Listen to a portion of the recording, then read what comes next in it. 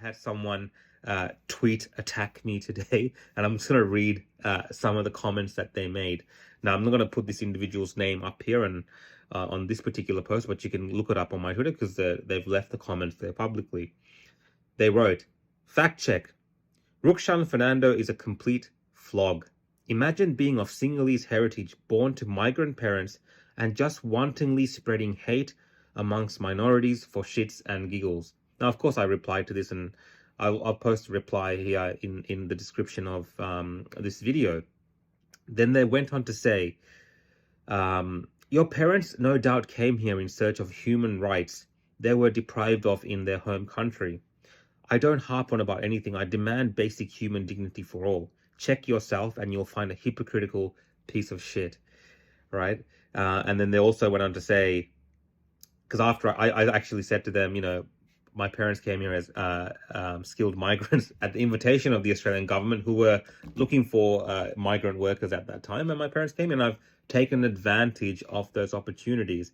And one of the things I love about Australia is the fact that regardless of our heritage or whatever it is, we can disagree and argue about topics and live life freely without having to conform to anything. And I made that clear to this person, which of course they said, Australia is not at all grateful your parents came here because it means you are here too. Fomenting hate, promoting cookers, and generally being a pest.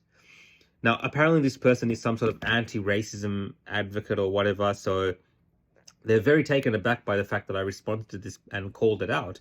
And the reason I called this kind of thing out is because there is a lot of this that's going to be happening in our country in the coming months this year, particularly around issues like The Voice, or right now what we're seeing with these issues around women's rights or gender ideology being pushed in schools, right? All this kind of stuff we're seeing. And that's because they believe that certain people like me that look like me, who they believe or class as minorities, as their allies, for some reason we are a monolith, that we all think the same, that we are oppressed and victims ourselves, and therefore we will support their causes, or that we owe it to them to support their causes. And what I want to remind people is, it's particularly people like this and these type of inner city, leftists or elitists and all these kind of people, is that actually, no, we are very diverse people, even though you believe a certain thing.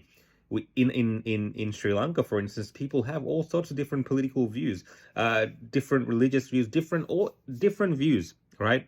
It's no different to a white person in the political spectrum in Australia having different views, the left versus the right, different values that they believe in, different things that they might support, whether it's gay marriage or not support it, whatever it is.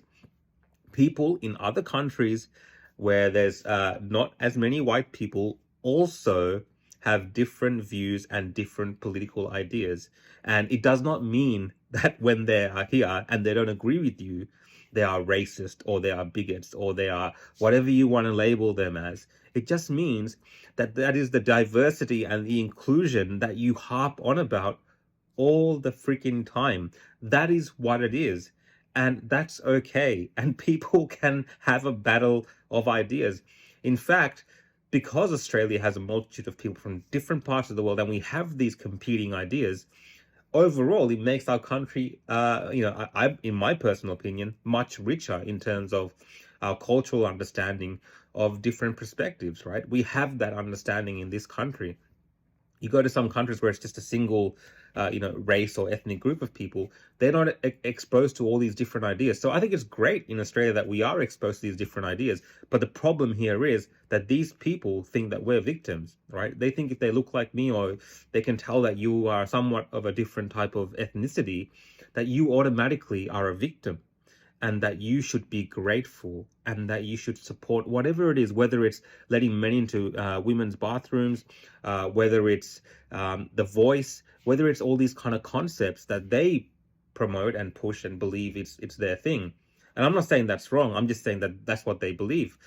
They will say that if you don't agree with them, you are a piece of crap, right? That's what I'm being told here. And because I should be ashamed for someone of my heritage for not agreeing with them.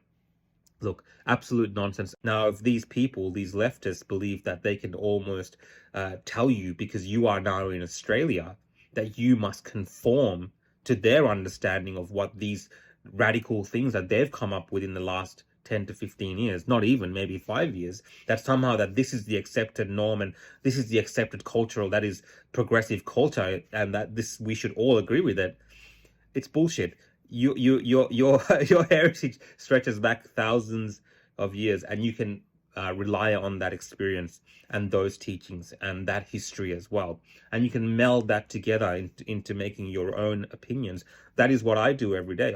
I'm very grateful that I have that cultural link back to Sri Lanka. But of course, I have Western ideas. I have Eastern ideas. I have all these things coming together, and that defines and makes who I am, and makes my own unique individual ideas. The beauty about Australia is that we can talk and disagree and have arguments and do all this type of stuff to come to our final conclusion on a said thing. And even after we come to that conclusion on that said topic, we might have further disagreements, and that's a wonderful thing. So don't let people hold you down or hold you back, or don't feel that because of where you're from or what your heritage is that you can't speak up in Australia.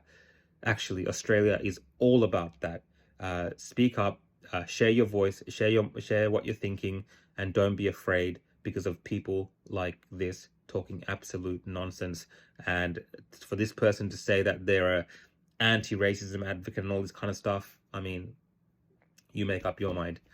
Thanks everyone. See you next time.